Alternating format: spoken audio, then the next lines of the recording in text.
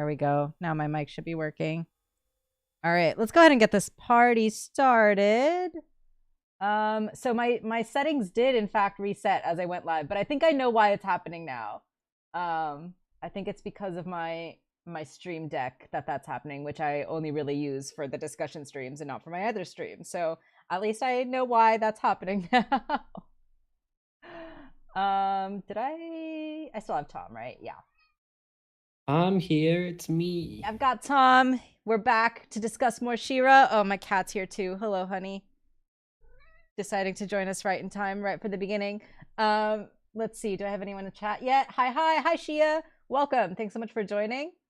Hopefully some more folks join us soon. And oh my gosh, my cat is climbing into my lap. Great.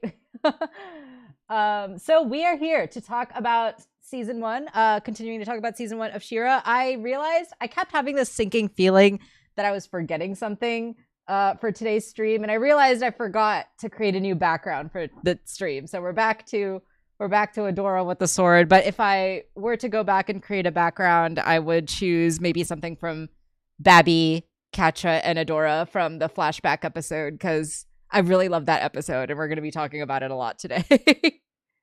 Why not Catra in a Tux? Catcher in a Tux. I did Catcher in a Tux last week. But why didn't you go back, when given the option? Oh, we can go back to Catcher in a Tux. I mean, we can. I have that one at the ready, so we can definitely go back to that. I'm always in favor of all right, let's do Catcher in a Tux then. We'll do that for the background. Awesome. Ed is here as well. Thanks so much for joining, Ed. Really good to have you here. Who the hell is Ed? some kind of curmudgeon of some kind. Some kind of sociopath. Oh my gosh. Yeah, so today we're going to be continuing with season 1 discussion. We left off at the end of episode 9, I think, right? When we lost Entrapta to the Fright Zone and everyone else got away but left her behind. So I think that's where we left off, right? I literally can't remember. I'm pretty sure I literally can't remember. I'm pretty Last sure week was such a blur. I'm pretty sure but I'm ready. That is where we left off. We talked a lot about Adora's savior complex. We're going to be talking more about that today. We talked a lot about Shadow Weaver and the dynamics going on there, which we'll definitely talk more about today. And then, of course, we lost Entrapta, which, it's the conflict. It's the main conflict with the theme of the show, right? The theme being working together and the power of friendship, and of course, the idea about being vulnerable, with each other, and like the idea of friendship makes us vulnerable. And that's the drawback, right, to working together, is that there's the chance that you'll experience a loss like that. So I really like that this is being set up as like the conflict of the show. And yeah, let's go ahead and just get into it with episode 10. Let's do it. So the episode picks up right basically where we left off, right, with them escaping the Fright Zone after they have rescued oh wait, I'm in the wrong episode. Episode 10 is where we need to be. So we left off with Glimmer and Bo getting rescued from the Fright Zone, but of course they left Entrapta behind, and they're all kind of like mourning about it, and at first Adora is like, we have to go back for her, but then it's like, no, she's really gone. And then of course Why didn't they just check? I know, they could have just like checked like 2 seconds to just double check and make sure that she was actually dead. And immediately the first thing Adora says, right, is, how could I let this happen? And Bo tried to say like, Adora, it's not your fault, but Adora insisting that it is her fault. She of course is taking on that inflated sense of responsibility, right? Yeah. Something we'll be talking about a lot in episode 11. Yes, definitely. And she says like, it was because of my plan, right, that Entrapta got captured, which of course like it's not solely on her, right? It's not entirely her fault. That's like the thing about that particularly is that it reveals the inadvertent, like it's completely unintentional, but the inadvertent backhanded insult of her mentality towards like everyone else. Like, oh, it was my plan, therefore it's my fault, as if nobody else there had any like say in that Right. plan Yeah, or totally. any like capacity to do anything. Or it's like That's so she true. doesn't Yeah. really like, on one hand she takes too much responsibility for herself, on the other hand she doesn't actually wholly value her peers in their power to exact Yeah. change. Yeah, And that's such a good point. I didn't even really think of it like that because like the thing with having like a savior complex, right, is like you kind of have to have both a superiority and inferiority complex like at the yeah, same time, right? And I feel like Adora really exemplifies that, right? Like she takes on this responsibility because she feels like she's the only one, right, yeah, that can no like one else save can one. do it. Um Um, yeah, yeah, but at the same time, right, like she feels like she can't rely on other people, and yeah, it's a messy complex that she's got.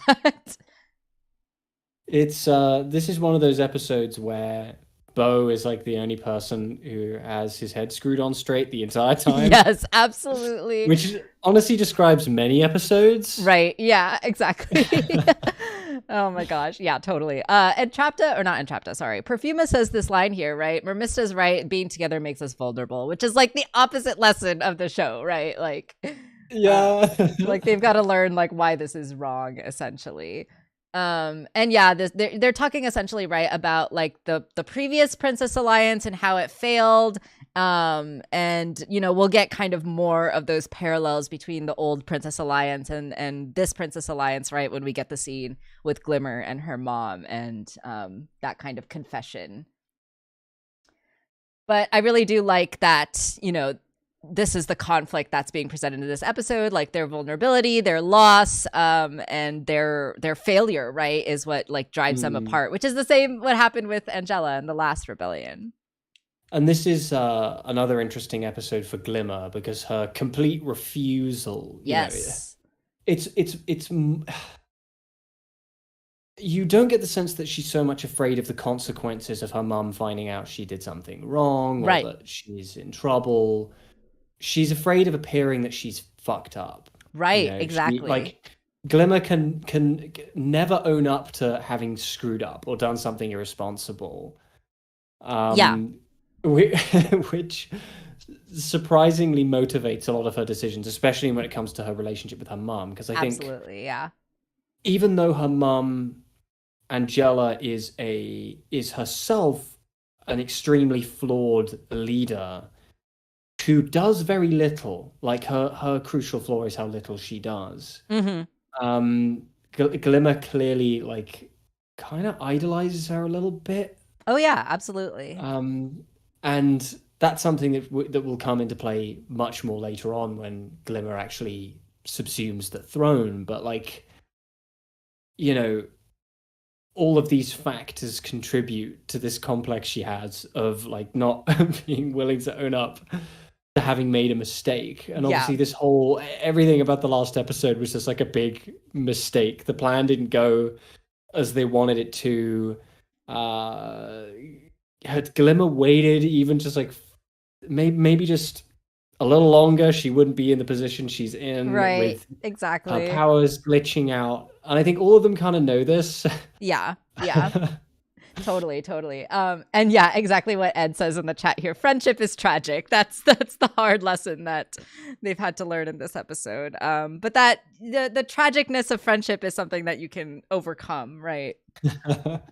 My As little brony friendship is tragic. friendship is oh gosh, the spin-off we never needed.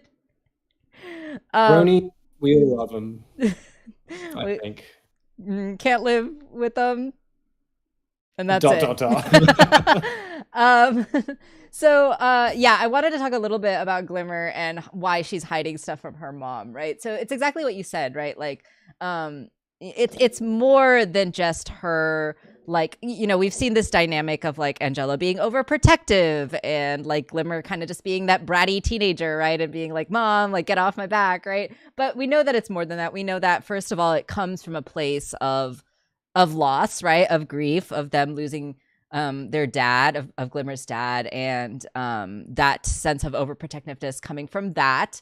So that's a big part of it too. But it's exactly what you said, right? Like Glimmer has staked her like entire self-worth on being this like capable leader, right? And being able to like have the princesses come together and like have the rebellion be successful. She's staked like her entire like self-worth on this, right? And like it's kind of similar to Adora in a lot of ways, right? And it's interesting that they're both kind of like paralleling this inflated sense of responsibility in the season. And then we'll see, right, how for Glimmer that ends up shifting to then blaming Adora, right, for the fault. But for now, she's also kind of taking on. She can't take responsibility. Like, Adora takes too much responsibility. Exactly. Yeah. Glimmer doesn't want to take any. Yeah. Yeah. We're probably going to talk a lot about the serious character stuff, but I also want to shout out to some visual gags in this episode, which are some of my favorite. Oh yeah, show. Yeah, totally. You've got the great bit sort of around the like 7:20 mark, where Glimmer is trying to get into her bed, but she can't use her powers to do it. And it's like elevated off the ground. It's like it's hanging off the ceiling. And you've got Adora in the foreground trying to figure out how the fuck to get her sword to work. And you've got Glimmer and Bo trying to get Glimmer into her bed. Just like clowning around. It's very Edgar Wright in terms of comedic framing. Oh my god. Yeah, totally. The comedy, I really love the comedy in this show. I feel like the comedy is kind of like an underrated part of what makes this show like so fun. Yeah, it's like Steven Universe in that sense. A lot of people forget how funny the first season of Steven Universe is. Totally. There's a dryness to it, I think, because I think especially in America, there's not like a huge market for really dry humor. Right. And shows like Gravity Falls are always bound to do well because Gravity Falls is very funny. I don't want to imply that it's not funny, but it's like, I don't know if you could call the opposite of dry humor wet humor. Moist humor. Oh gosh. Gravity Falls is dry sometimes, but it's very wet. Wet humor. It's very dripping wet humor. But like when I think about like Steven Universe has a lot of very like dry, blunt, visual gags, and this show does as well. Yeah, so absolutely. I think because it's dry and it doesn't draw a huge amount of attention to itself. Yeah, and I don't think it gets as much attention. And like the humor, I feel like is so effortless with this show too. Like some of the lines that just like make me laugh the hardest are just like Adora just like being like, wait, what's happening? like literally just like the delivery and like the voice acting. It's dry. It's very dry. It's like when Wrong Hordak discovers how to wink. Like, did you just wink at me? And he doesn't fully understand how winking works, but he's really excited that he can do it. And it's this facial thing that he's never done before. And he's just like gradually transitioning into an e-boy. And like he winks at Adora, and it's like a completely inappropriate timing to wink, but he's just excited to do it and share it. Oh my god! And Adora wasn't there for the discovery of winking, so she's just like, "Did you just wink at me? Did you just fucking wink at me?" Oh my god! Yeah, it's so good. I love the humor in the show. It's hilarious. This is another really, really funny bit, right? I really love, Entrapta is one of my favorite of like the side princesses, right? I mean, she's probably my favorite of the side princesses. She's probably up there also. Like, I think last time I said she was like my second or third favorite character of the show all time altogether. She gets a lot of really good characterization, I feel like, kind of more than like maybe even some of the other princesses a little bit, like maybe compared to like Mermista and Perfuma and Frosta. I feel like Entrapta gets a little bit more. The fact that she has a whole arc, confronting her inadvertent amorality. Like she's not like Hubert Farnsworth. You know, Hubert Farnsworth is willfully. Are you sneezing? Yes, I am. Sorry, excuse me. Oh my god, the audacity! I can't believe it. I should have muted my mic. I'm sorry. She's not like a Hubert Farnsworth kind of character. Like Farnsworth is willfully amoral, and he knows he's amoral, and that's kind of part of the humor with that character. She's not amoral on purpose. She's like so enthused about her research, she kind of doesn't necessarily think about the consequences of what she's doing. Right. Uh, and that's all part of her arc. So I think she definitely, I mean, she has an arc for a start. I don't think you could say Oh yeah. Oh yeah. Mamista has an arc. Mamista kind of almost has an arc in just like embracing the fact that she's in love with Seahawk, and Right. she, Yeah, absolutely. um, Yeah, I and mean they all have like a little bit of an arc, right? But I feel obviously I Entrapta has a proper arc. She has an yeah. actual character arc Right. with Yeah. And screen time. I just really love just like the really subtle characterization that we get as you know in the early seasons. And I feel like they do a really, really good job with Entrapta here too, right? Like with her just like and her hair like slipping in and out of the restraints. And her just like she's very much like marching to the beat of her own drum, right? And she's not really concerned with like what other people expect of her, right? This scene also serves a dual function in not just being like a very funny, cute character moment, but it also goes away in, again, not intentionally on her part, showing them that they can trust her. Mm-hmm. Because she could have left at any moment and yeah. she didn't. Yeah. No, absolutely. Yeah. The fact that she's like slipping in and out of the restraints, like she's very much there, like by choice, right? Yeah, in a manner of speaking, she is, yeah. Like, you know, mostly because of the tech. I mean, it is right, of course, yeah. You know, she's stumbling around in the vents and potentially the sewer system. Yeah, and building robots, yeah. And building robots just because. And this is another scene with some great like foreground background. I'm going to say something absolutely absurd. It's a lot like Citizen Kane. Now, I don't know if you've seen Citizen Kane, and if you have, I don't know if you remember much of it, but Citizen Kane was like the first movie to use like deep focus, where you would have specific shots where what was going on in the foreground and what was going on in the background would be both in focus at the same time and would both serve a certain purpose in terms of like comparison or metaphor or like weighing two things against one another. This is kind of like that, but in a goofy way. Yeah, totally. You've got them having the like Catra trying to perform this like soft manipulation and interrogation, and you've got fucking Scorpia trying to fix the damn wall. Yeah, I love Scorpia so much too. She's so endearing. But yeah, no, totally. That's a good point. They use it kind of comedically in this episode. I mean, that's kind of what they did with Glimmer trying to get in her bed in the background too, right? Like it's kind of similar. It's great. It's so good. Great.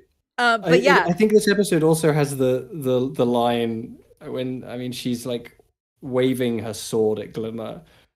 Oh yeah, and then yeah. She just starts like projecting her hand and going, "Heal, Glimmer." Oh gosh, it's this show's so funny, especially the first season. It makes me wonder how they did that. How was that recorded? Did they just have them in a booth and just get them to make sounds? Yes, I mean absolutely. The stage direction was you're trying and failing to heal Glimmer. Go. Go.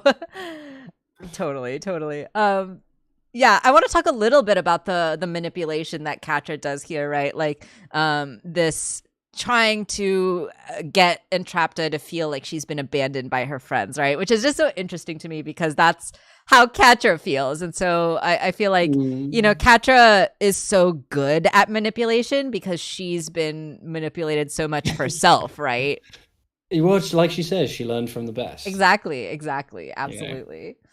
I mean, if Catra started stroking your hair, you would let her manipulate you. Oh, yeah, absolutely. 100%. Oh my gosh. Yeah, so my next note here, you know, just again, Adora continuing to take on that responsibility when she can't heal Glimmer, and then of course, you know, she leaves to try to go find out how to heal her. And it's like not even helpful for what Glimmer needs, right? Like Adora literally like leaps out the window after Glimmer tells her like, wait, no, don't go. Like, where are you going? Right. And then she just like jumps out the way and she ends up like getting in trouble. Right. And she ends up having to be rescued again by Glimmer and Bo. So it's really a recurring pattern for her at this point. I really love there's a scene in this episode, I think it's this episode, where Glimmer has dinner with Angela. Yeah. Angela. Angela's like, you know, I just want to have dinner with you. I want to touch base. Like, I haven't really talked to you since you got fucking kidnapped. Yeah. And it's a great like character scene. It has one of my favorite little minor character moments where Angela says something like, "Oh, I cooked your favorite meal," and then it's like, "Well, I didn't cook it. I had the chefs cook it." Yeah, right. And it's not entirely played as a joke. It's played as like almost like a self-acknowledgement from Angela that she's not been the most attentive Yeah, mother, she's not the really. most active, right? She's not the one to do things. She's the one to tell other people to do things. And there's an irony in the fact that she's a mother who shelters her child so severely in a way in an attempt to keep her safe, Right. while also fundamentally not being emotionally available at all. Right. You know, Totally. in many ways, she's an emotional coward. Totally, right? You know, and I always loved that little interaction. There aren't a ton of just mother to daughter interactions between Angela and Glimmer, and that's completely intentional. You know, that's not accidental. That's not bad writing. That's intentional because she's not an absent mother, but she might as well be. Right. I mean, totally, right? And I mean, like, part of why Glimmer is so afraid to, be honest with what happened to her mom is because, like, she doesn't know how her mom is going to react, right? Like, Bo is the one that's telling Glimmer, like, tell your mom, she can help you, right? Like, she's not going to be, like, mad that you're hurt. She's gonna want to help you, right? And Glimmer, it's almost like Bo is the only one who has his shit figured out. Exactly. It's like he's the only one that has like a healthy relationship with his parents, oddly enough. Lance and what are their names? Lance and I forget. Lance and Barry Manilow. I don't know. Yeah, Barry Manilow. But yeah, Glimmer, she feels like a failure, right? She feels like the fact that she got glitched out is an indictment on her character, right? On her ability to be a leader. And so she like feels that if she reveals this to her mom, that she's going to be seen as this failure and that she's, not going to be taken seriously by her mom, right? Like these are all of like her insecurities and her fears. And I feel like, that disconnect, right? The fact that Glimmer doesn't know what her mom is actually going to say comes from that absentness, right? Like that distance between them. Yeah, totally. And it's interesting. I'll just leave this as a footnote for now because I don't want to jump the gun, but it's interesting to see how that dynamic is in many ways reverted. Right. Totally. Dad, even though she doesn't get to interact with the man very much. I know. But I guess it's more in like his attitude. But we'll get to that. We'll get there. We'll get there in due time, everyone. In due time. Also, Ed says that his name is George, which I think is correct. So thank you. Ed thinks everyone's name is George. He thinks my name is George. He's been calling me George for 15 years. Oh my gosh. His firstborn daughter's name will be George. All right, so I have one more note about Catra and Shadow Weaver, which we kind of skipped over that scene, right? So we do have a scene of Catra. She's feeling good at first, right? Like she's feeling good about the fact that she's got Entrapta on her side. She's cooking up this plan, and then Shadow Weaver shows up, right? And like, obviously Catra doesn't want to reveal what she's working on, right? Because like Shadow Weaver was manipulating Catra last time and taking the credit for Catra's work. And so obviously Catra doesn't want that to happen again. But, we talked so much last time about like this softness that Catra sometimes has towards Shadow Weaver and like this kind of like messiness of their relationship, right? Because like Catra, of course, wants that love, affection, affirmation, like pride essentially, right, from this authority figure, and then when she doesn't get it, she blames Adora, right? She doesn't necessarily blame herself or Shadow Weaver, she blames Adora. So it leads to these kind of messy like feelings, right? Yeah, isn't it like it's almost frustrating, right? Just how little. God, I mean, I don't want to go so far as to say she doesn't hold Shadow Weaver accountable. But like, for instance, later on when she finds out that Shadow Weaver left to go join the rebellion, it's like, fucking Adora, that piece of shit. Yeah. And it's like, whoa, hold the phone. Yeah, yeah, absolutely, right?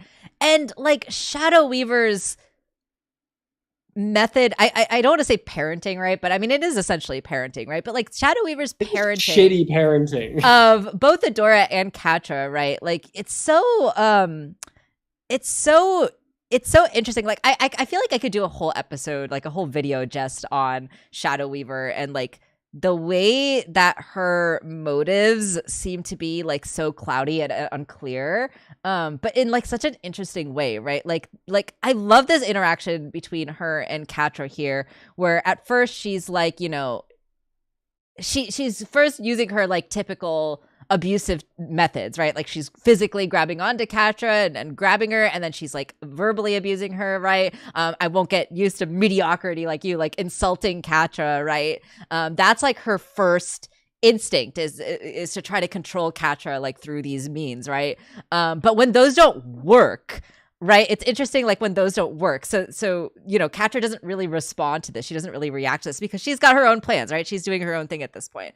But it's interesting that then Shadow Weaver then changes her tactic, right? She then turns to this kind of softness, right? And she says like, I was hard on you, but I won't apologize. And she's trying to kind of like explain why she's doing, use it. Yeah, I wanted to prepare you for the world, right? But like how true is this, right? And like how I feel like this is true on one level, because I think that there is, I feel like Shadow Weaver sees herself like in her proteges a lot, right? Like with Adora, with Micah, with Catra.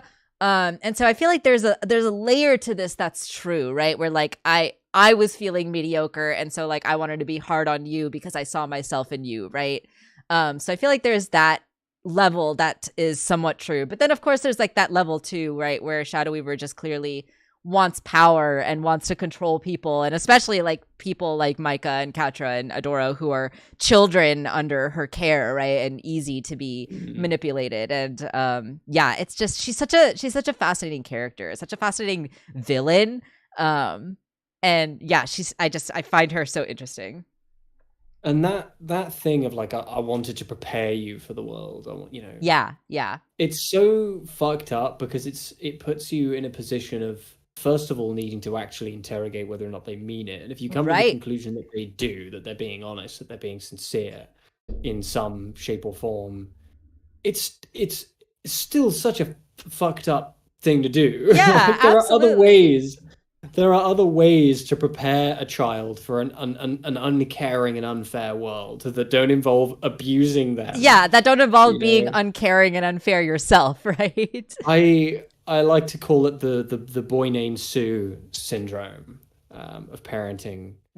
I don't know if you're familiar with the song. The story is that there's a man, a big burly man called Sue, who's been like bullied his entire life because of his name, and so his goal is, one goal in life is to meet his father who named him and sock him one. And when he meets him, his dad is like, well, son, I called you Sue because, you know, it's a tough world out there, and I knew if I gave you a name that would draw negative attention, it would turn you into a tougher man. It's like, yeah, that's not quite how that works, right? Okay. Yeah. Trauma doesn't make us tougher, right? I mean, in many ways, it kind of oh God, it can, but it's not the trauma on its own that makes you tougher. It makes us tough, but not necessarily strong. I think there's a difference. That's a good point. Yeah, I like that. Like, Catra is tough. You dump Catra in the middle of the Crimson Wastes, and she'll fucking kill everyone there and then eat their bones. Right. You know? But she also has the emotional intelligence of a child. Yeah. And fucking hates herself. And it's like, what a mess. Exactly. She's also extremely fragile. Oh, yeah, absolutely. Absolutely. Which is that's the flaw of all of that. 100%. And ironically, I think Angela has the opposite style of parenting. Angela and Shadow Weaver are like foils to one another in many ways, especially when you get to the point where they're actually fighting for sort of mothership of Glimmer. Yeah, totally. And that's a really good point too that I didn't really think about. Like, this show is really good at parallels and foils and characters that are kind of meant to be like juxtaposed against each other. And I didn't really think about like this episode, right? We're getting these two kind of like mother figures in Shadow Weaver and Catra, and then Angela and Glimmer, right? And we know that Glimmer and Catra do eventually parallel each other's arcs at one point. So it's kind of interesting how in this episode in particular, like Shadow Weaver and Angela are kind of foils in a way too, right? With Shadow Weaver being like overly harsh and overly like, putting responsibility on Catra and like giving Catra all this like responsibility things to do, right? And then opposite of what Angela is doing with Glimmer of like sheltering her and protecting her. And but then it's interesting then how even though these two characters, Catra and Glimmer, have like almost opposite parents in a way, they end up kind of in a similar place eventually, right? Which is cool. Yeah, God, it's perfect. The show is so good. It's such a good writing. Yeah. It's both of them are equally unprepared for what faces them later on. Just in a different way and for different reasons. Exactly.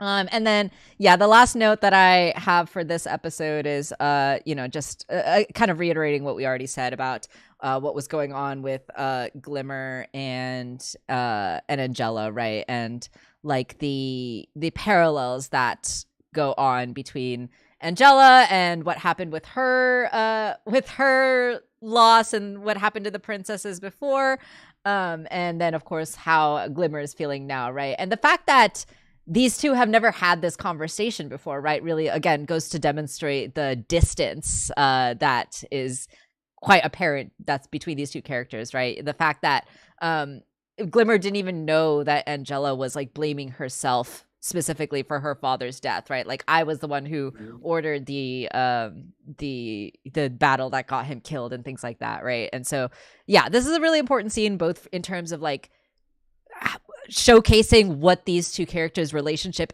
has been like, and also like, showing where it's hopefully about to change and move forward, right?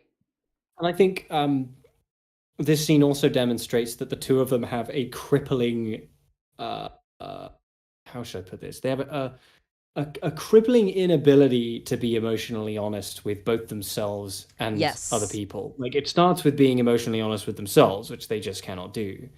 And the tragedy of that is, I think it takes Angela all the way up until the moment she fucking dies before she can finally admit something crucial about herself, that it would have been really handy if she'd admitted that like 2 seasons ago. But it takes her up until that very point before she does. But because of that, these scenes where these two characters just like speak to each other on a level happen so rarely because of who these people are, that Angela's death leaves a great big hole in Glimmer's life. And I don't mean that in the sense that her mother's not there anymore. I mean in the sense that there's absolutely no, like, there's all these loose ends left untied. And all these questions left unanswered, and all of these emotional emotional benchmarks that were never really achieved between these two characters, who were, for the majority of their lives and their relationship to one another, completely incapable of being emotionally honest with themselves, let alone each other. You know? And so there's all this baggage left over after she dies that was never able to be resolved. Absolutely. That's part of what makes it so tragic, right? Exactly what Ed says in the chat here. The moral of the story is just have two dads. Have two dads, who one of whom has a tattoo on his arm that says lunch. Exactly. And then of course, right at the end, we get one more super gay "Hey Adora" from Catra, which we love to see. Dora, my impression. You're welcome. During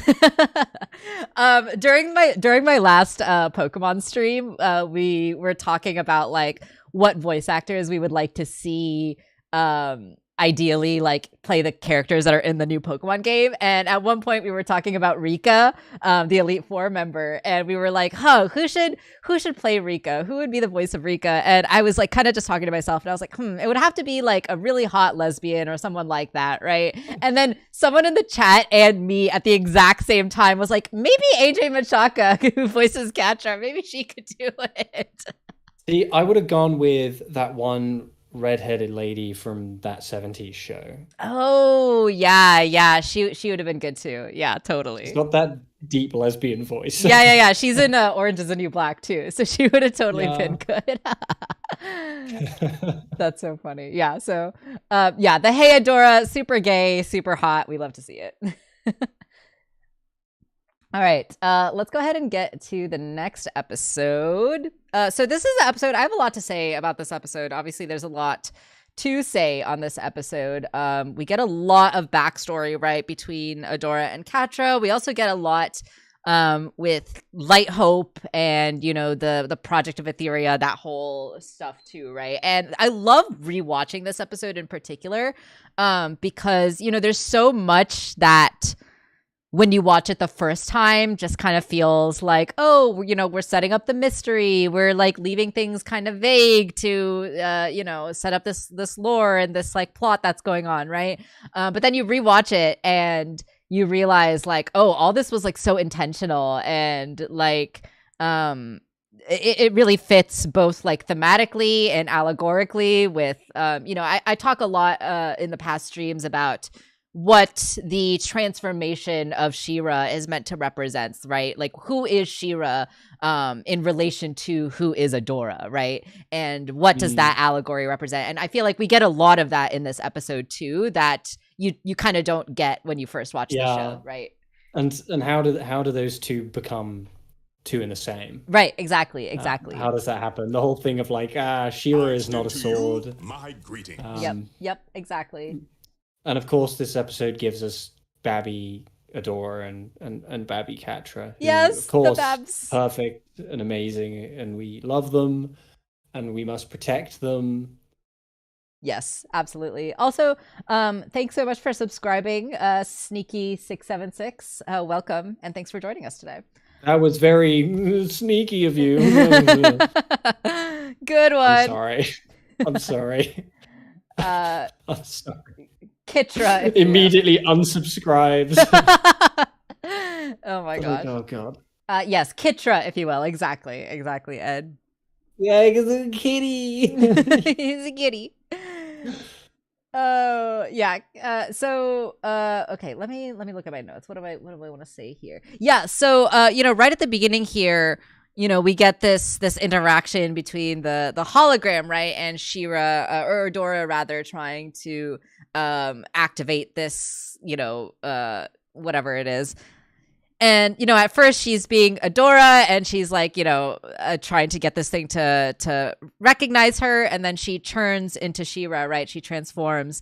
And then the robot is like administrator detected, right? So it's really important to note here that the robots, the first one, Tech, Light Hope, whatever whatever this thing is coming from, right? They recognize Adora and She-Ra as two separate beings, and there will be a lot of outside entities that try to tell Adora that Adora and She-Ra are two separate entities, and it's important to note, like, who are those people, right? Like, who are the people who are trying to imply that they're two different people, right? And I feel like this is such a brilliant setup, right? Because kind of spoilers for later in the show, but we will find out later that Light Hope and the Project of Etheria, like the people who seemingly created She-Ra, have their own ulterior motives for doing so, right? And in order to essentially, because they created She-Ra to be a weapon, right? And in order to effectively weaponize She-Ra, they have to like strip her from her humanity, essentially, right? And so they have to separate Adora and She-Ra, because like Adora's wishes and desires, right, actually go directly in conflict with what She-Ra was meant to do, or what she was created to do. And so I feel like, this intentional wedging that Light Hope and the Project of Etheria is doing between She-Ra and Adora is meant to further kind of dehumanize She-Ra, and in that sense make it easier to control her and have her do what they intended her to do, right? It's like it's very militaristic in nature. Yeah, absolutely. Almost like She-Ra is like a rank. Yeah. Now that it's interesting you should bring up that whole thing of separating the person from the title, because it kind of adds a different angle to Madame Raz, who's like the opposite of Light Hope. Right. Serves a similar function in the story on a surface level, but it kind of adds a different angle to Madame Raz referring to Adora as Mara and vice versa. Right. Yeah. Like, I suppose in the sense that God, it's difficult with Madame Raz, isn't it? Because Madame Raz is a character they keep the writers keep so close to their chest, it makes it difficult to interpret exactly what she even is, let alone how she views the world and views people. It's not like she views Adora and Mara as interchangeable, but she doesn't have a huge amount of interest in She-Ra as like an object of power. Yeah. So much as Mara and Adora as subjects of personhood, right? And it's that aspect of them that she's always encouraging to draw out. Totally, and it's interesting that you kind of bring up this idea, right, of like Mara and Adora kind of being interchangeable, and like it's interesting because like it's not so much that Madame Raz sees them as like interchangeable, but like she totally doesn't see them as interchangeable. That's definitely not what it is. But she sees that they have the same heart. That's kind of how I interpret it. Yeah, that's how I see it too. I was struggling to kind of think of the right words to. And that's the thing. It's in many ways referring to them as one another is like an acknowledgement on her part of their personhood. Yes, exactly. Their personhood outside of She-Ra, right? It's very Yoda inspired. I hate Star Wars, but it is very Yoda inspired. There's that whole thing with Yoda where it's like, the Force is not this crude stuff. Right. Right. And it's similar there. It's like She-Ra is not a sword. Totally. It's you. You have a say. Exactly. And like what that means also too, like what does that mean for She-Ra and Adora to be one and the same? Like that is something I want to explore a little bit in. Is it this episode or the next episode? It means you have to embrace gay. It means you have to embrace gay. I mean, that's really what it means. But yeah, it's really about like embracing gay, embracing your friendships, embracing your relationships and the people around you, right? And that's like the crux of the show, right? But most importantly, embracing gay. Embracing your gay. Absolutely, 100%.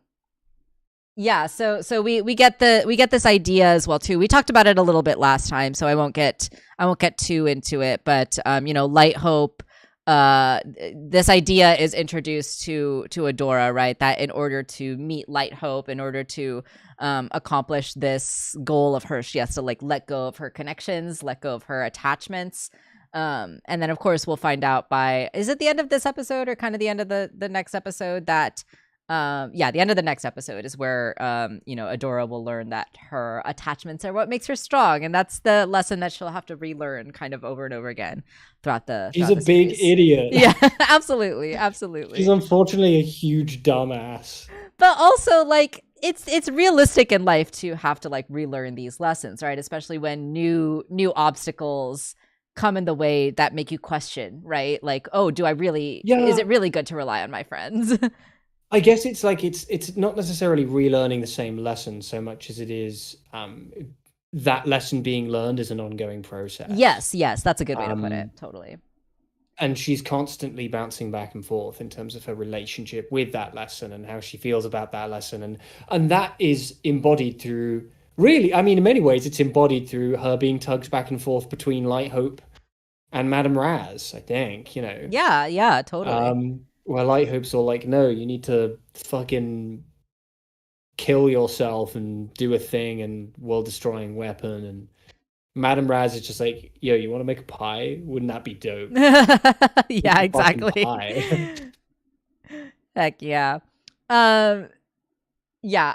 So, Catra shows up here, right? And obviously the place starts attacking them, and Adora helps protect Catra as they run off. And they get a lot of really great characterization in this episode. I feel like I could just talk about this episode for hours because there's so much good stuff here. But so we first start with them, escaping and Adora protecting her, and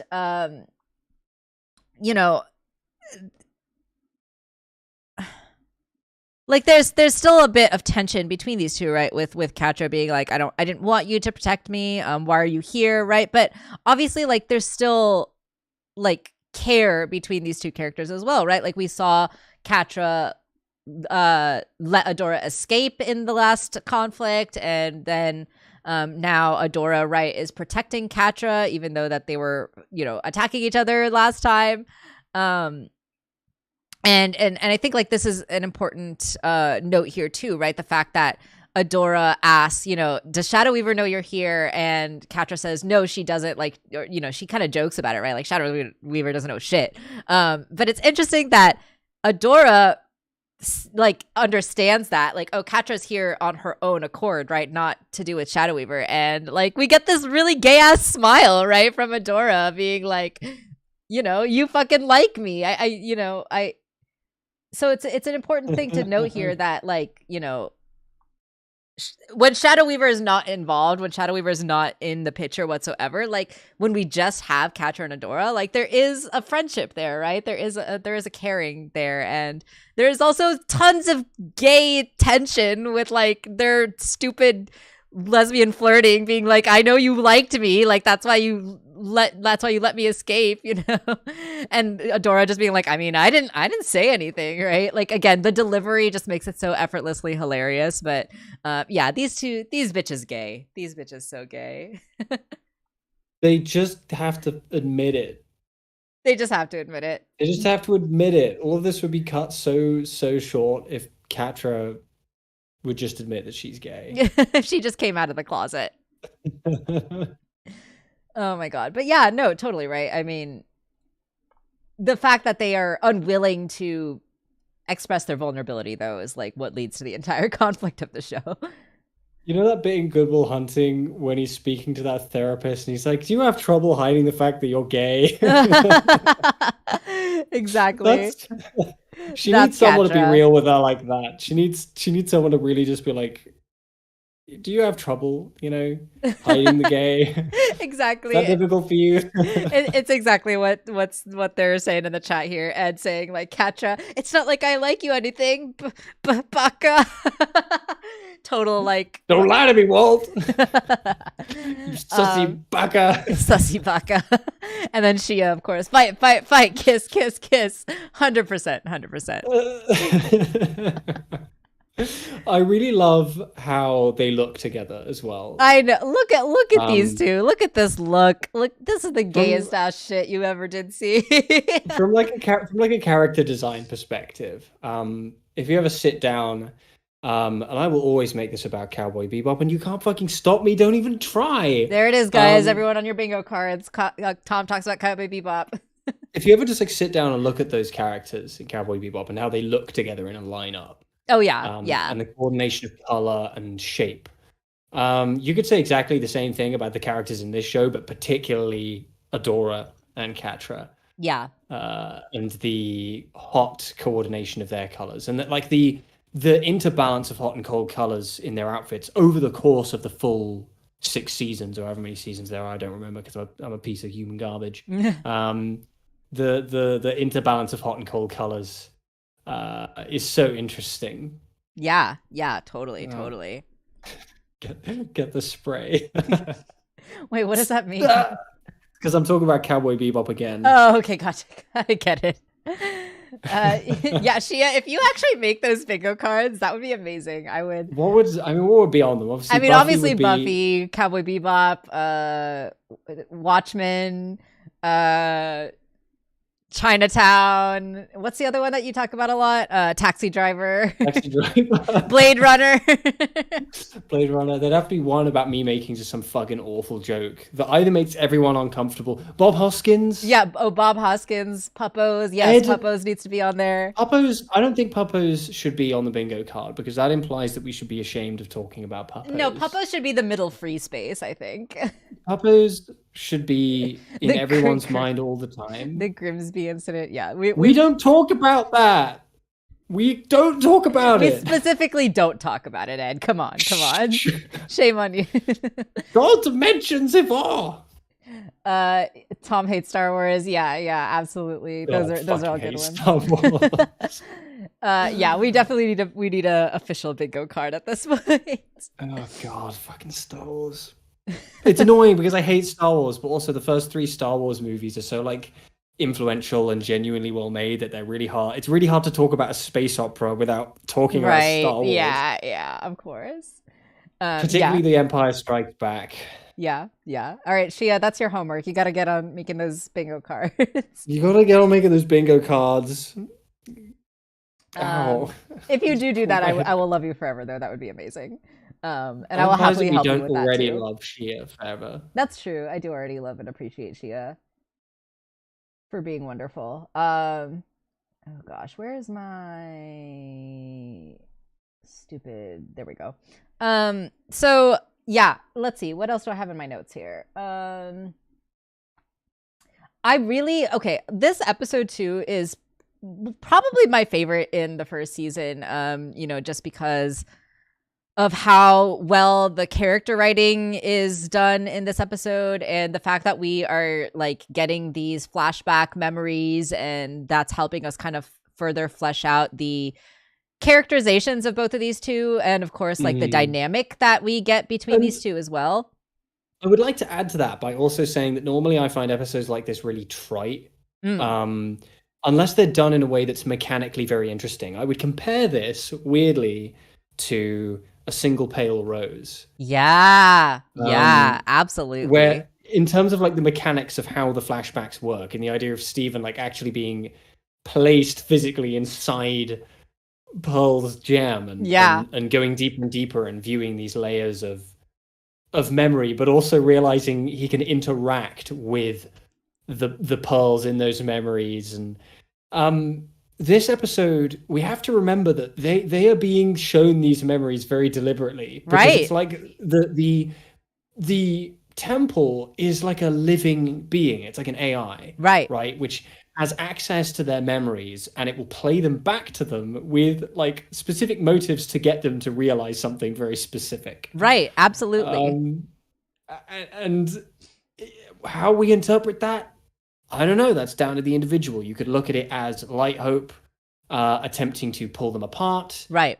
Because Light Hope wants to separate Adora from everyone she knows and loves, and do we consider, and that, I mean, that depends on whether or not we consider the Temple and Light Hope to be two in the same. I personally do, but it's complicated. At least in this point in the story, I feel like we can comfortably say that they're one and the same. I think at a certain point there'll be kind of like a break that happens, but that won't happen until much later.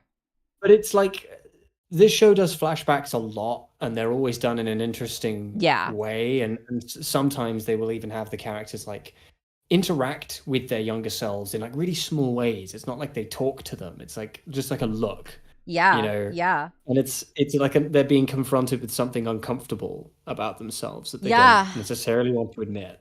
Totally. This first instance of like Adora seeing the Babi Catra, right? Like this episode is so rich with how we're supposed to like understand these characters, right? Like I just like we get that first look, right, of Adora like looking back at Babi Catra, and Babi Catra, screaming Adora as she like runs to Adora, right? Like we get this shot of like, the projection like running towards Adora, right? And Catra literally yelling out her name. So again, like just that this I think demonstrates a lot of things, right? Like their closeness, first of all. Like we got kind of told throughout the first season of like how close Catra and Adora were. You know, they were friends, they were brought up together, but we never got to see it too much because, you know, obviously Adora left the Fright Zone, and so we never got to really see the friendship. So this episode really demonstrates that for us, right? We actually get to see it. But you know, again, Catra like running to Adora, like this visual of Catra like running to Adora, like I feel like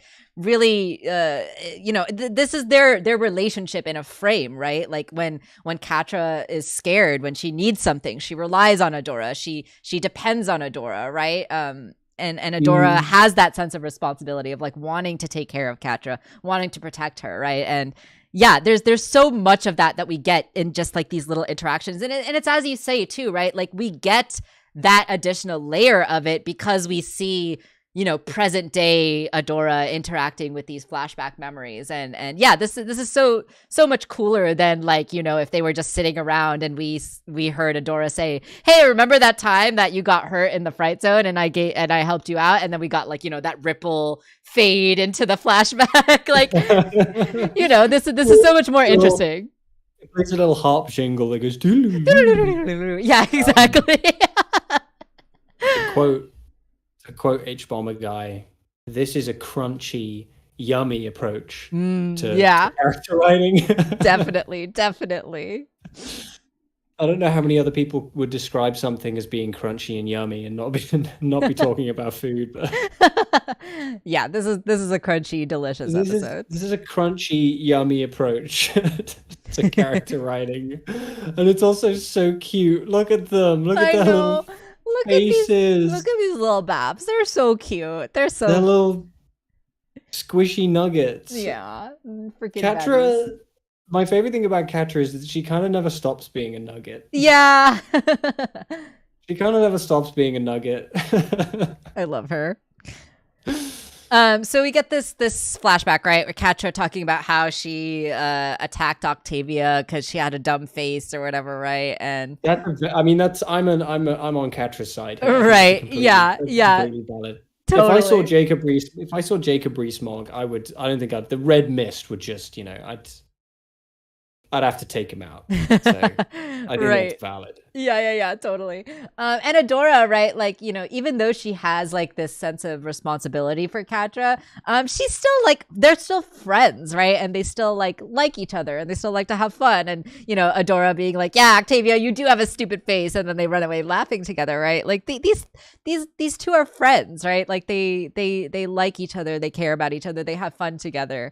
And it's so heartbreaking to see how this falls apart, right? But it's okay because it comes back together again, and it's they're fine. Gay. Yeah, it's fine. They're gay. It's fine. Don't worry about it. Yeah, and just I just want to also talk about just like that transition, right? Like of them being Babs and laughing and running, and then, you know, they pass by the wall and it's them in present day laughing and running, right? And it's like, gosh, like how I feel like, you know, again, like just the juxtaposition between like them being children and then them being adults in the present day, right, just goes to show like how much of the relationship is the same and like how much is different, right? And just demonstrating like just how much of it really is the same, I think is really interesting. The more you stay the same, the more we seem to change. Exactly. And you think it's strange. Yep. So yeah, they're tapping into our memories, trying to manipulate them, right? Let's see. What's my next note here? Okay. Yeah, so the second flashback that we get here too, right? So yeah, they get a little reminder of like the conflict, right, of like why we're here. Adora being like, "Oh, it's your fault." Like Glimmer got captured, right? And Catra being like, "Oh, what do you want, an apology? You're not getting one," right? So it's clear like there's still that tension, right? That animosity, conflict going on between these two characters, and Adora is trying to understand, right? Like, why did Catra let her go at the Fright Zone? And of course, we know from Catra's perspective, it's, of course, there's a layer to her that does care and like Adora, right? And care about her and wants her to be safe. But also we know that it's because like she wanted to capture Adora to prove herself to Shadow Weaver, and then when she didn't get that approval from Shadow Weaver, when Shadow Weaver decided, oh no, I'm just gonna like continue to focus my attention on Adora, and not give you the praise that you were hoping for, Catra realized, right, that Adora being there wasn't going to get her what she wanted, and in fact might even make things worse for her. And so letting go of Adora was self-preservation in that way too.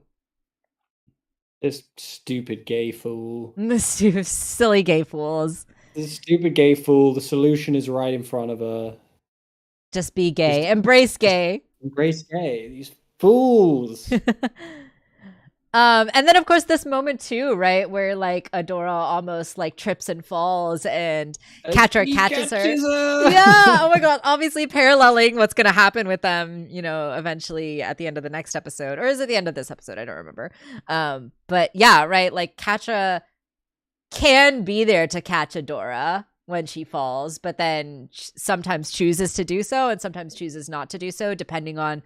And like that's the thing with Catra too, right? Like I talked a lot about how Catra is not necessarily a character that follows things logically or makes her plans based off of like what makes the most sense, right? She is a very emotional person. Exactly. She follows her emotions when she makes these decisions, right? And in this moment, unfortunately, does not gel with the fact that she doesn't even understand her emotions for a start, but also her emotions are volatile and confusing. Exactly. 100%, right? So in this moment, she's feeling some softness towards Adora, right? And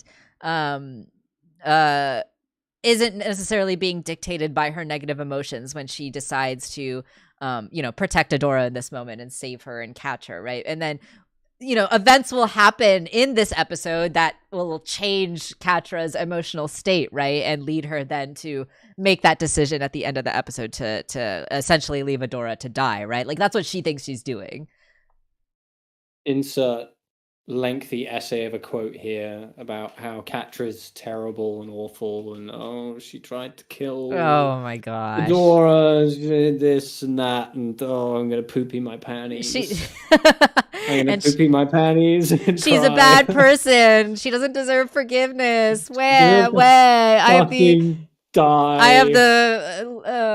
the literacy, media literacy of a fucking rabbit. Of a poopy piss baby. Of a poopy piss baby. Yeah, exactly. Fuck the people who don't want to understand Catra and like where she's coming from. Obviously, in this house, we love and protect Catra. I mean, I've tried to kill Ed a few times, and it's fine. It's and like you guys water are fine. Under the bridge,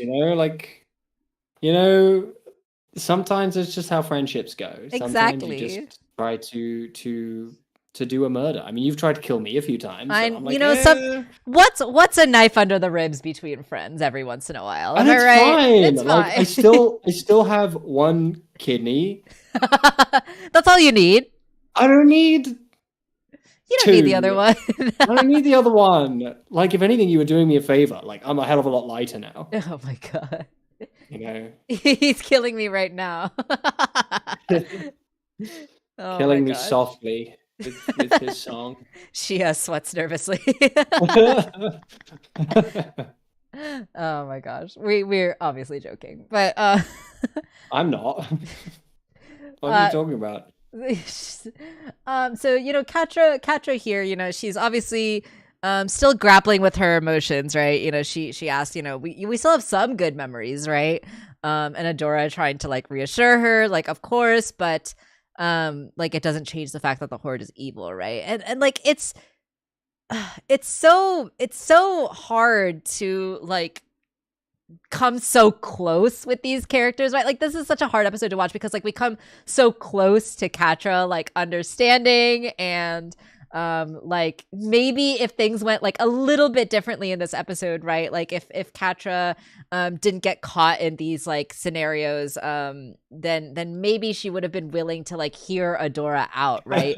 But because she is a person that is like motivated by her emotions, like the events that occur in this episode, right? Like those feelings of like being abandoned that keep getting brought up for Catra, those are the driving factors for her, right? Those are the things that help her decide what to do. And so maybe if those things like didn't quite happen in the way that they do in this episode, things would have played out differently. Which it's also interesting that I'm saying that out loud right now, because I didn't even really connect two and two together, that might have been totally intentional, right? From the point of like Light Hope and this temple trying to drive them apart. Yeah, that's my point. That's exactly my point. Like, I always find it irritating when I'm left there thinking like, okay, why is this happening? Like, why is this happening? And it's never explained. It's completely like when you know what's going on, you completely understand why this is happening. Right. You know, Totally. why the temple is choosing to show them this. Absolutely, You know, right? in a twisted Machiavellian kind of way. Right. And like as soon as they start like getting along for a moment, right? Like, again, Adora gets so close to trying to say like, hey, you could leave too, right? Like, I didn't leave because of you. I left because the Horde was evil. You could come too. You don't have to stay either, right? And like Catra almost gets there. And just as they're like laughing and being gay, right? They fall into another memory that pulls them apart, right? We get to see, and this is a really important flashback that really demonstrates like where this conflict of their characters like really comes from, right? Like where does it stem from, and how is this dynamic something that will affect them continually going forward, right? It's also one of the early tells that the temple and Light Hope are not on Adora's side. Yeah, absolutely. Like, they're not on Adora's side. If they were, then they would have just set up a room that was like, okay, you can't leave until you kiss. Yeah, right, exactly. Hey. Hey guys, I've been inside your memories. I've been in your mind. I know what you want. You're not allowed to leave until you kiss. This temple is like the opposite of the Infinity Train in Book 4, where the Infinity Train in Book 4 was basically trying to tell Ryan and Mingy, like, just kiss already, guys. Come on. Fucking kiss already. Just fucking kiss already. And this temple instead is just like, nope, we're going to keep you guys far apart. No gays whatsoever. Only homophobia in this temple. I mean, that's like most temples, to be honest. True. Fair enough. I hate to say it, but that's most temples. Oh my gosh. Yeah, totally. 100%. But yeah. It's literally the opposite of Infinity Train. But yeah, I really want to talk about this flashback in particular, right? So we get Adora and Catra, doing their training exercise. And we talked a little bit about this, in the first episode too, right? When we saw the training exercise, and Catra getting the blame and Shadow Weaver and all that stuff too, right? So, yeah, there's the Ryan and Mingy box for the bingo card. So I know that Ryman is the preferred nomenclature, but I prefer Ringy. Ringy, yeah, that's pretty good too. I'm a dork. Oh my gosh. So they are fighting, and there's our winner. So Adora wins, right? And Catra does not react to this well, right? She's angry. And she's upset about the fact that she got second place, right? She looks very hurt in this moment, right? When she gets second place, and she gets angry and she turns away, and Adora is being praised for her win. And then meanwhile, Catra is getting angry, right? And she's again like deflecting the blame. Why are you ganging up on me? Like what was that, right? Like it wasn't her fault. And even though Lonnie is like, you were fighting dirty and I was just trying to level the playing field, right? Like Catra is unable to reflect and like see her own mistakes. She just wants to put the blame on everyone else, right? She's got little freckles. Her little freckles are so cute. And then there's just this spiky guy. This spiky guy with this head becomes neck. Yeah. His head and neck are two in the same. Totally. But he did not skip neck day. He's been exclusively crunching weights. Oh yeah. He's just doing using his chin. His chin lifts. Yeah, exactly. Yeah, so Catra is angry, right? Catra's angry that she loses. She takes it out, right, on Lonnie. She confronts Lonnie and gets angry with her. But then when Adora shows up and she's like, hey, are you okay? Like, you're not hurt, are you? Right? Catra switches over to this kind of like softness, right? Like she's not angry necessarily at Adora, which goes to show, first of all, their friendship and how much she truly does like Adora. But this is really important here too, right? This is a really important demonstration of like who Catra is and why she does the things she does. She feels her emotions, right? Like she feels her emotions so strongly, but she hates feeling those negative emotions. And so she will do anything to avoid feeling those emotions, right? And so she completely shuts herself off. She shuts down her anger. She turns it into smugness, right? She turns her pain, her hurt into her ego to protect herself, right? So she like switches into this like cockiness, and she's like, oh, you're just lucky I let you win. I wanted to get second place, right? And that's to protect herself from this feeling of being inadequate, right? Of feeling like she's not good enough. So this is a really important piece of who Catra is and will really inform why she does the things she does moving forward, right? And then she gets attacked by a spitter. And then, yeah, and then she gets spideyed. She gets friggin' spitted. But yeah, she says this line here, right? Like, trust me, second place suits me just fine. But like, we know that's a lie. We know that's a fucking lie. I joke about the spitter, but the spitter is another tell that the temple is like explicitly trying to separate them because it doesn't attack. Right. Yeah. Dora. It just goes for Catra and kind of whisks her away. Yeah. Absolutely. Yeah, and then Catra like she tries to put on this like facade of smugness, and then she's like, yeah, okay, like it's fine, whatever, right? And then as soon as she's alone, as soon as she turns away, right, like we can see how she really feels. Like her real hurt is quite evident, right?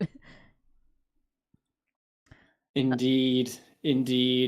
She's a fragile little bab. Yeah, and then it's astonishing how little has changed. Yeah, exactly. And then we between see her babby self and herself now.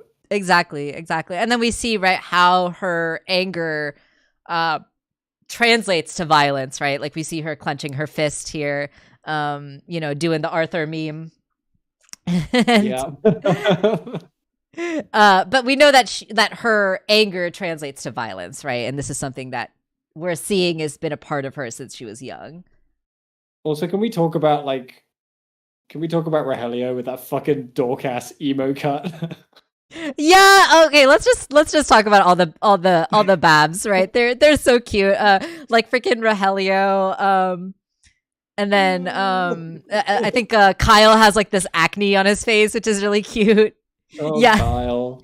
Yeah, Rogelio's got this like silly hair, and like Kyle's got his acne. Rogelio definitely listens to My Chemical Romance. Oh yeah, 100%. Kyle listens to Avril Lavigne. Oh my gosh. You're gonna tell me I'm wrong? No, you're 100% right. Yeah, and then Catra, of course, gets attacked by that Spidey. Catra listens to human music. Boop, boop, boop. Oh man, it's season 1 of Rick and Morty, man. What happened? Dan Harmon got too much creative control and turned it terrible because Dan Harmon's a fucking creepy weirdo and a hack. True. So this is also an important scene that really demonstrates, informs Catra's motivations, right? So Catra, she gets whisked away by the spider. Adora tries to save her, right? She's like holding on to her hand desperately as she is being pulled away, but she fails, right? Adora fails and is not able to catch Catra. And Catra at first, right? She looks terrified, right? Like I think it's completely fair to say that Catra is terrified for her life here.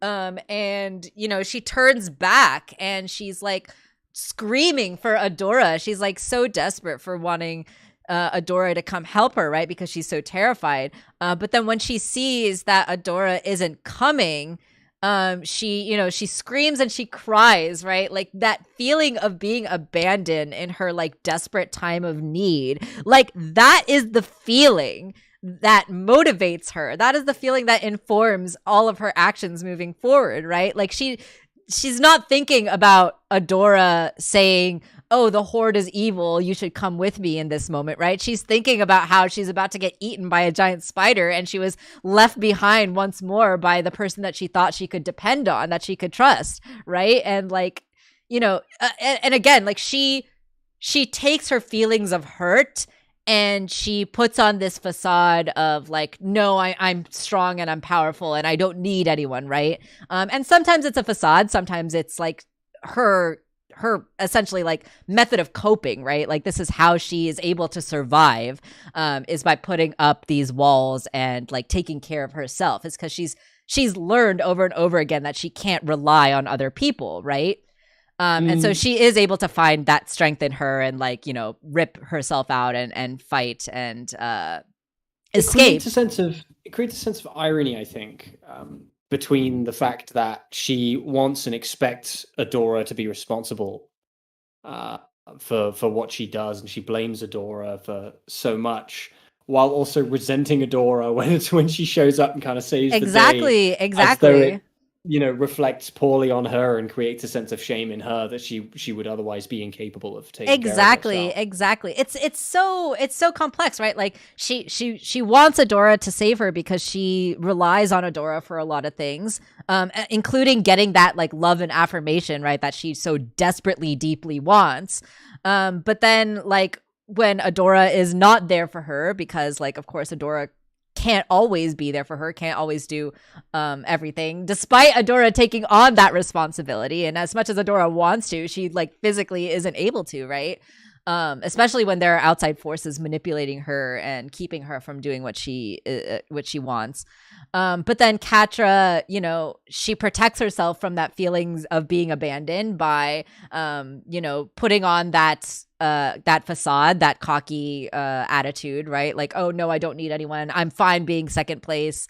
I don't need Adora to save me. I can do this myself, right? And of course, because she has had to do that for so long, she is perfectly capable of doing that. But then when Adora does, you know, show up here at the end to save her, you know, we see that resentment, right? And then we see that like anger that Catra has, like, I didn't need you, and now that you are here and you are rescuing me, you're implying that I wasn't able to rescue myself, and so now I'm feeling this inferiority because I had to rely on you coming to save me, even though that's what I wanted at the beginning, right? Like, yeah.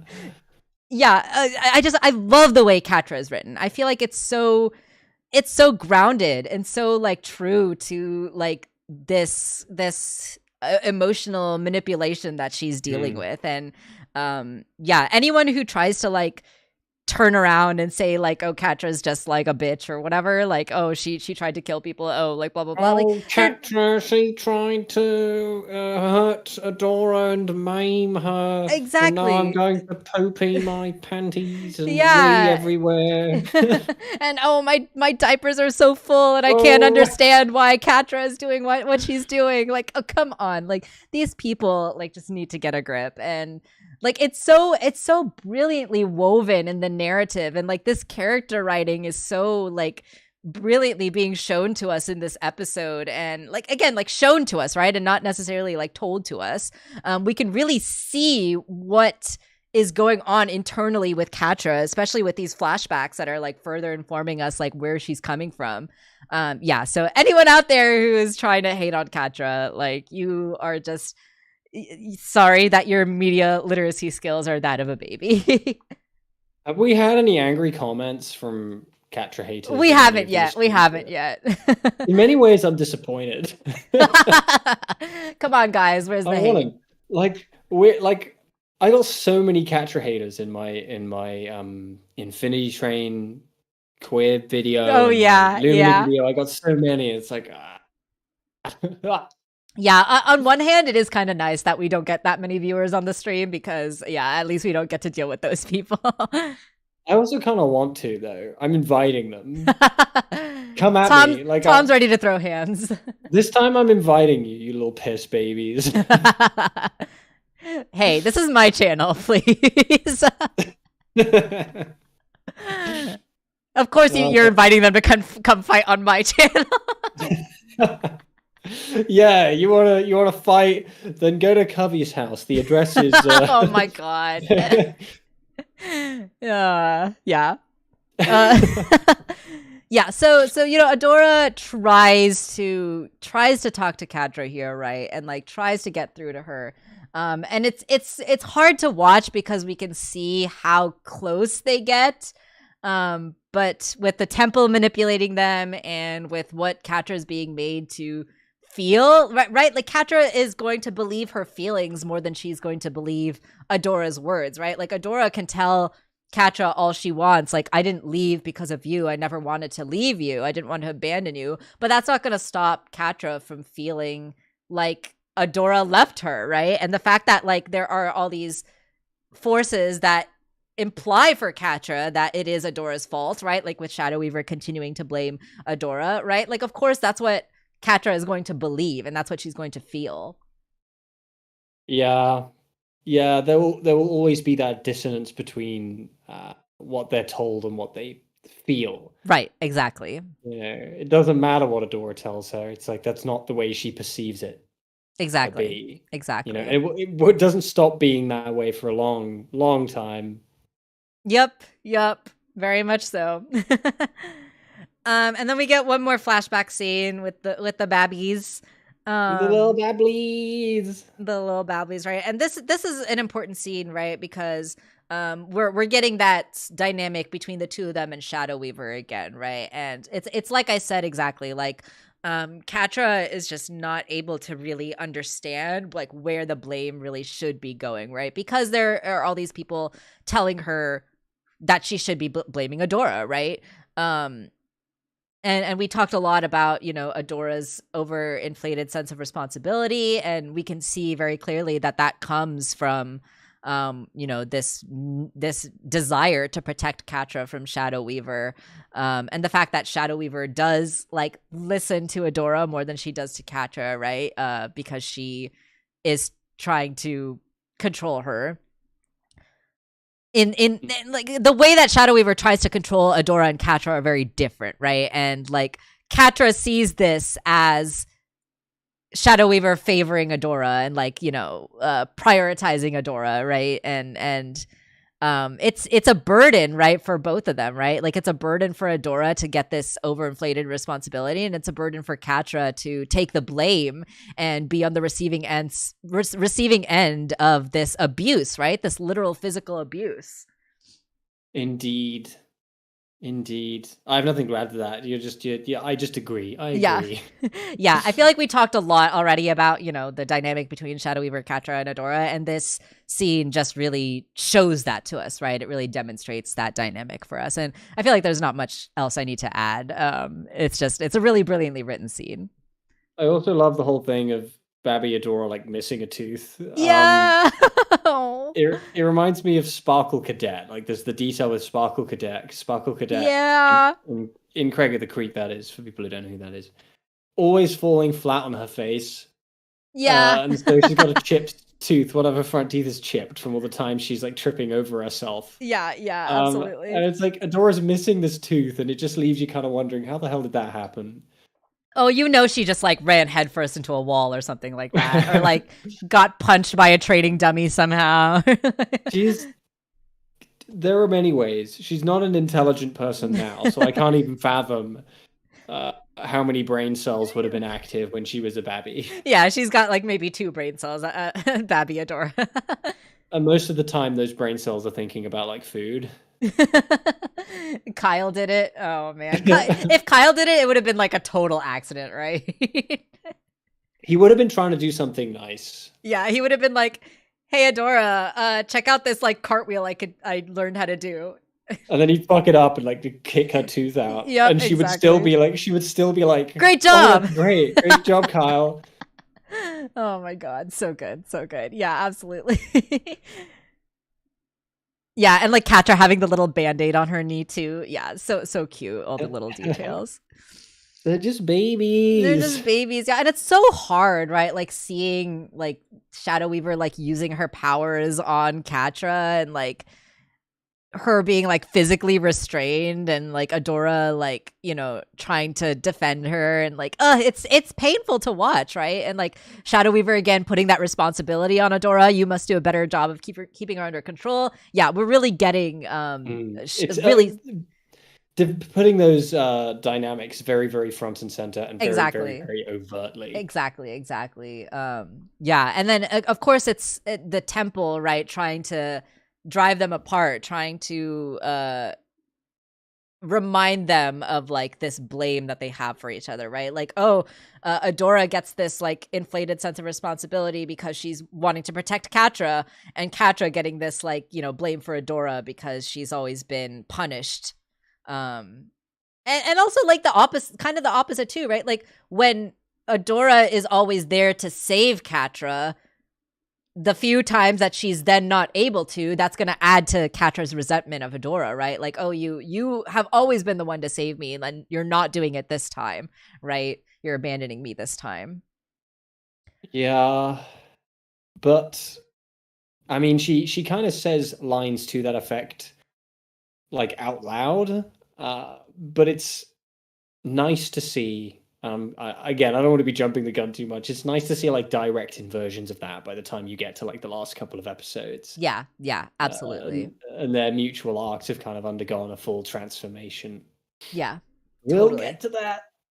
I also just want to first of all, this kind of flashing between the Babby self and the present day self is just so cool. Really, again, just showing us, right, how long these relationship dynamics have been present in these two characters. I wanna just draw a little bit of attention to Catra's line here, because I think it's important.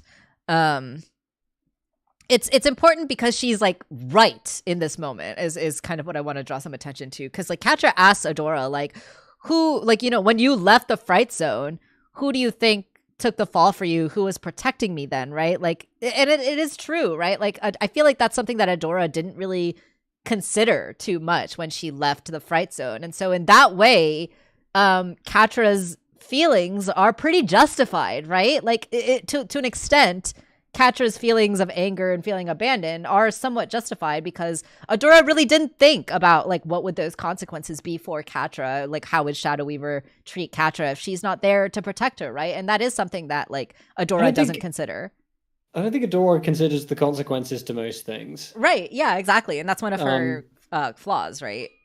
It's one of her flaws, but it also does lead to a lot of hilarity. Yes, of course. Thinking of the bit in the Crimson Wastes when Glimmer like falls into the quicksand, and Adora like immediately dives in after her, and Glimmer teleports back out again, and Bo just like points at the sand. Yep, exactly. It's like, what were you hoping to do? What were you hoping was going to happen there? You can't swim out of quicksand, you idiot. Exactly.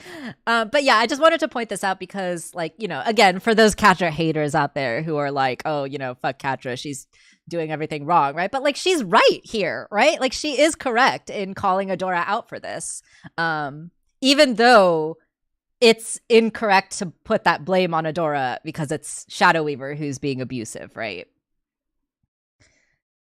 But I mean, she's not wrong.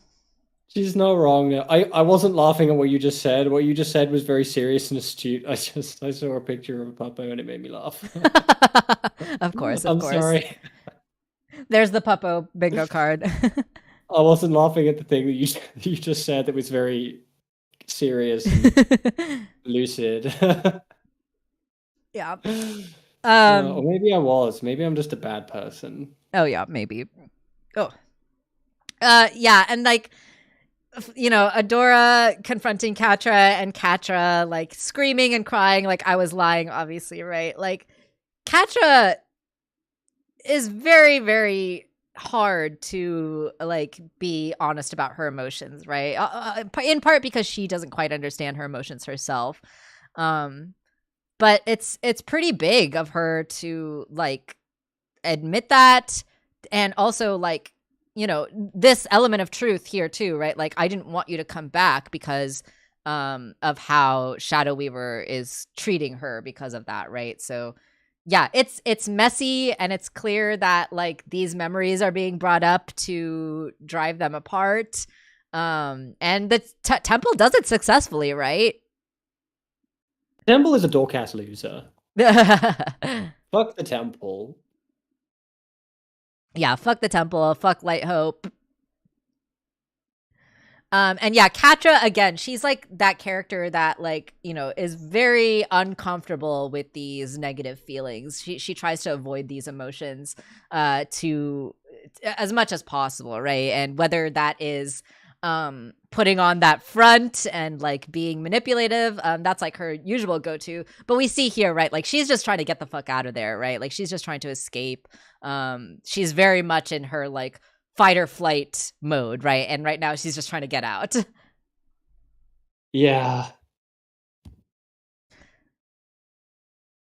And then you know, we get this one last flashback, right, with young Katra, the Babby Katra crying, and Adora like trying to comfort her, right? And then what happens here? Let me check my notes.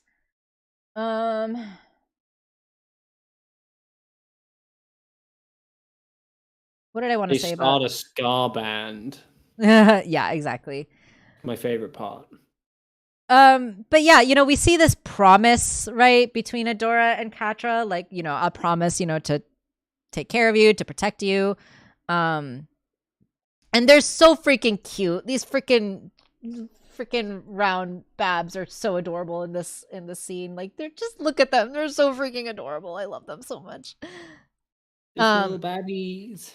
Yeah, and then we get this like look, right? And this is not the first time, or I should say this is not the last time. I should say this is not the last time that we'll get two versions of Katra looking purposefully at each other, yeah. Right? And so we get this like moment of Babby Katra like looking at present day Katra, and I think like, you know, Katra has so few moments of like self-reflection, of like true, honest self-reflection, and I think like this is one of them. But because this is the temple trying to get Katra to believe a certain thing, she ends up kind of like interpreting the wrong thing. Conclusion, right? Yeah. She comes to the wrong conclusion from this reflection, right? Like she sees this moment of like Adora promising Katra that she'll be there for her. And then she looks back at this moment and thinks like, wow, this was a promise she was not able to keep. This is something that she obviously was lying to me about. And you know, not true, right? So like, why should I believe anything she says? Why should I trust anything she says? Why should I rely on her anymore if she was not able to keep this promise that she made to me, right? And yeah, so she unfortunately comes to this wrong conclusion here, and she feels like she can't believe this anymore. And Adora's just like hanging off the edge by a piece of very stringy, extremely out of date cheese. Yeah, yeah, exactly. But it's knowing that the temple had this motive the whole time, right? Yeah, and it was just ready to catch her after Katra lets her fall. It was ready to catch her, yeah. because then she's fallen right into Light Hope's hands. Yeah, right, absolutely. Into her trap. Exactly. So yeah, Katra, you know, comes back here at the end as yeah, Adora's holding on to the string cheese for her dear life, and Katra cuts the cheese.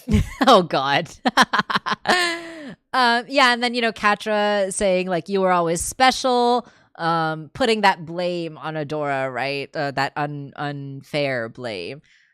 And it all makes sense now. You've always been the one holding me back, right? She's coming to all these wrong conclusions. Every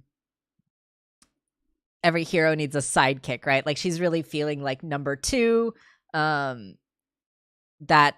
you know, Adora always valued her own self-preservation over trying to actually help Katra, right? You know, she said, you never protected me in a way that put you in danger, right? And, you know, Adora tries to tell Katra that that's not how it was, right? Like, it was never meant to be that way. I never meant to make you feel second best. But, like, you know, Adora can tell Catra all these things as much as she wants, but Catra is not going to be the type of person that listens to words or reason, right? When she already has felt abandoned, when she already fully believes that this is what's true, right? And when the temple is just continuing to affirm that for her, like, of course she's going to take that out on Adora. Indeed. And then Adora dies, and then it ends. And then the show ends. Yeah, that's all we get. Yeah, that was She-Ra. Yep, that's the end. Pack it up, folks. Great show, but kind of an abrupt ending, don't you think? Yeah, kind of anticlimactic. I was expecting all that stuff with Hordak to kind of come. Yeah, I was expecting him to be like an actual villain, but but I guess I don't know. Does the Horde win? Presumably, because Adora's dead. Yeah, so, Adora dies. That's just how it ends. But we get this last kind of moment, right, with the voice of Light Hope saying "Let go," and Adora, crying too, right, feeling abandoned by Catra. And how the turntables. Oh. Yeah, and then we get this visual of Light Hope, right, and finally Light Hope has gotten what she wanted, right, which was for Adora to be alone, so that she could, enter her mind or whatever. Like it's unclear whether Light Hope would have been able to like get to Adora if Catra wasn't around, but it's clear that Light Hope, but it's clear that she had a motive here, right, for wanting Adora to be alone. Yeah, exactly. And it's very interesting that this is the first time Light Hope actually properly reveals herself to Adora. Is that right? Yeah, I think that's right. And it's interesting that she goes through all of this debacle before actually showing herself. It's like she's priming the meat. Yeah, it's kind of like really it's really manipulative, right? Like Light Hope could have shown herself at any point in time in this episode, really, but she deliberately chose not to until she could have Adora in this position to do what she wants, right? Because Light Hope wants Adora to be alone. She wants her to sever her connections. Because again, there's like that idea, right, of separating She-Ra from Adora, separating the humanity away from She-Ra. And also I talk a lot about like the metaphor of what She-Ra represents, and She-Ra meaning to represent Adora's like true self, right? And what does that mean though? What does being your true self actually mean? And this show kind of gives us that answer in the people around us, right? Like we are reflected in our relationships. And so who Adora is, who her true heart is her friendships, right? And her gayness as well, right? Of course. But her relationships are what make her who she is. And so the fact that Light Hope and the temple are trying to separate them and separate She-Ra and Adora and separate Adora from her friendships, right? Like this is all tying into that metaphor of what does She-Ra represent? Represents gay. It represents gay. It literally represents gay, guys. And we get that reaffirmed here, right? When Light Hope repeats that phrase that we heard at the beginning of "let go," and then of course Adora physically letting go, and of course metaphorically letting go of her attachment to Catra as well. Yeah, and you get a cute little scene at the end with Entrapta and Scorpia. Yeah, bonding. I really love the Scorpia and Entrapta friendship because these two are both just like so in their own world. Like they don't quite understand like the stuff that's going on around them, but like they're just here to kind of like be friends and have a good time. And I just really love like the friendship that gets established between these two. And like Scorpia is also one of my favorite characters as well, just because she's so freaking adorable and so endearing. And of course she goes on an arc herself too, right, of like figuring out what's right and her own self-worth, right? And what she is worth to other people. They're all my favorite character. Yeah, I love them so much. But then we get especially Wrong Hordak. Wrong Hordak is amazing, yeah. And then we get this kind of last moment, right, with Catra again, kind of bottling her feelings up, right? Like she doesn't want to be honest about the conflict that she just had with Adora. She just shows up, mission successful. I got the crystal. And she's like pretty happy about it at first, right? Like we don't really see her feeling bad until we get this line, right? That Scorpia says, yeah, like, man, I knew Katra could do it. It's like I was telling you, she is the best friend ever, right? And as Scorpia is saying that line, we see Katra's smile fade, right? And this is really important too, because like even though, you know, Katra has all this resentment, has all this blame towards Adora, you know, wants to essentially take revenge on Adora and left her to die, right? That's Katra thinks that she left Adora to die.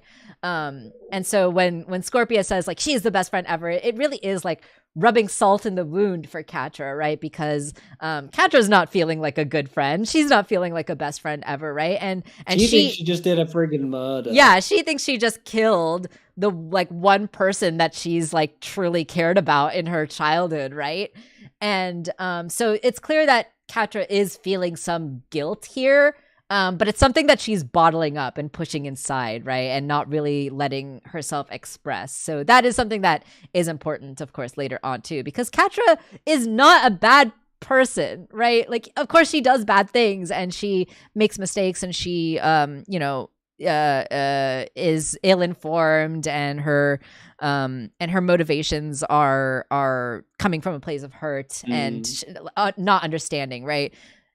So it's clear that she has a lot of flaws. Of course, no one is denying that. But I feel like there are seeds, right, that we see, especially in the first season, the second season too, that show us that like she has the potential to change, and she is like good deep down, right? And she does have this like shame and guilt over what she did to Adora. So yeah, that's just important to note as we continue to see her progression. Indeed. Like, she's just, in a way, killed a part of herself, or at least thinks that she did. Yeah, absolutely. Absolutely. All you need is that little moment at the end there to show us that she does at least feel a bit of remorse. Absolutely. That's all you need. You don't need to overbake it. You just need that little sprinkle. Exactly. 100%. So that is the end of that episode. We are just about coming up at about 2 hours of our discussion, about an hour and 45 minutes. I know that we wanted to keep today a little bit shorter, and I know that we're feeling a little bit tired today as well. And I feel like this episode, you know, there's so much to get into like this one episode. We talked a lot about it, and there's kind of more that we could say in the next episode of like how